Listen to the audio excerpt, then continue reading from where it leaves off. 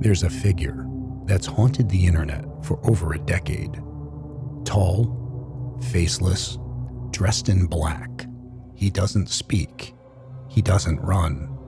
He waits, watches, and spreads like a virus through whispered stories, flickering screens, and the darkest corners of the web. But here's the twist.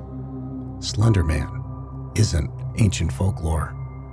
He's not from a lost civilization. He was made, invented, and then, somehow, believed.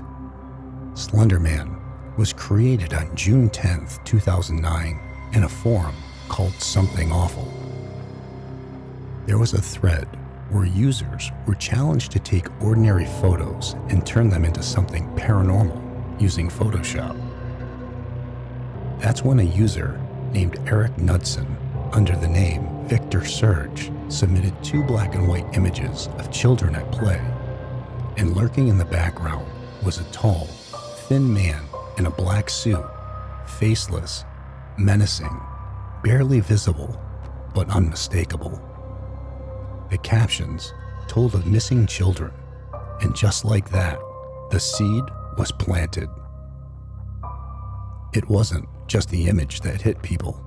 It was the way it left just enough space for your imagination to run wild. Within hours, others began adding their own details. He has tentacles. He lives in the woods. He causes memory loss, hallucinations, madness. He targets children. Slender Man became a shared creation shaped by dozens of voices, a modern monster born not in legend, but in the comments section. Slender Man spread like wildfire across the internet, creepypasta forums, DeviantArt, 4chan, Reddit, then became the YouTube series. That series, a Blair Witch-style found footage, gave Slender Man a new form, a silent, stalking figure. The camera glitches, the tension builds. The viewer becomes part of the paranoia. And that's what made him so powerful. Slender Man didn't just live on the screen. He made you question what you just saw. He wasn't jump scare horror. He was lingering dread. And when people added stories, videos, sightings, they weren't asking if he was real. They were asking where he might be. In the woods behind your house, on the edge of the playground, just out of frame. The more people created, the more believable he became. But what happened when a story became too real? On May 31st, 2014, in a quiet town of Wisconsin, 3 6th grade girls, Anissa, Morgan, and their friend Peyton, went for a walk in the woods. What Peyton didn't know was that her 2 friends had been planning her for months. But somehow, she survived. Despite everything, Peyton managed to crawl to a nearby path. A passing cyclist saw her, called 911, and saved her life. The motive? When the police caught Anissa and Morgan, what they said shocked everyone. They told investigators they did it to appease Slender Man. They believed if they did, Slender Man would hurt their families, or worse, take them to live in his mansion in the forest. They weren't just trying to hurt Peyton. They believed they were sacrificing her to a creature that doesn't even exist. And they believed it completely. This wasn't a prank. It was delusion, fed by hours of reading creepypasta, online horror fiction, and forums where Slender Man's legend grew bigger and more terrifying by the day. Because of the brutality of the attacks and the premeditation behind it, both girls were charged as adults. Both girls entered pleas of not guilty by reasons of mental disease or defect. In 2017 and 2018, both girls were committed to mental health institutions. Anissa was sentenced to 25 years to life in a psychiatric facility, with at least 3 years confined before possible conditional release.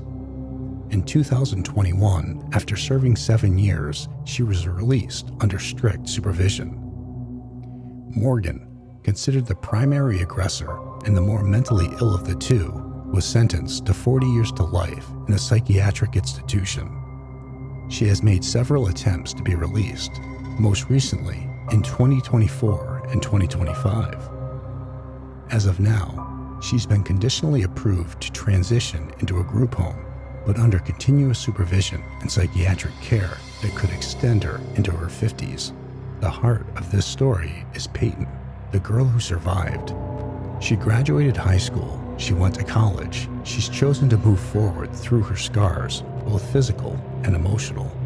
The Slender Man stabbing wasn't about a monster in the woods, it was about the power of belief. The case forced a lot of people to ask tough questions. Can fiction influence reality? So why did Slender Man take off the way he did? Part of it is design. He's a blank slate, no face, no clear backstory. That means he can become whatever the storyteller needs. A demon, a guardian, a symbol, a warning. He also thrived in the age of the internet, where stories evolve in real time. Unlike traditional myths passed down over generations, Slender Man mutated in days. And in forums, blogs, games, and art, he was collaborative.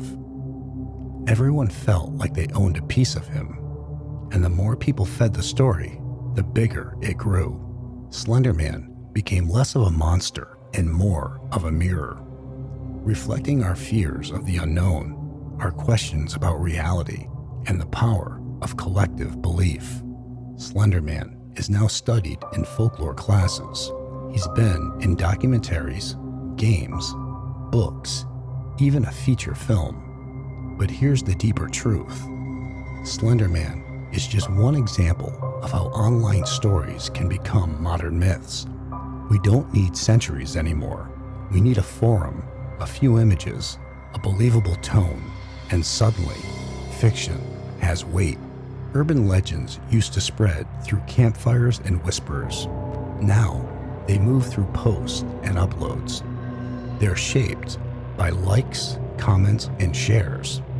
And sometimes, like in Slender Man's case, they're taken too far. Slender Man isn't real, but his impact is. He's a reminder that the internet is more than just a place for stories. It's a breeding ground for belief. And sometimes, belief doesn't care where the story came from.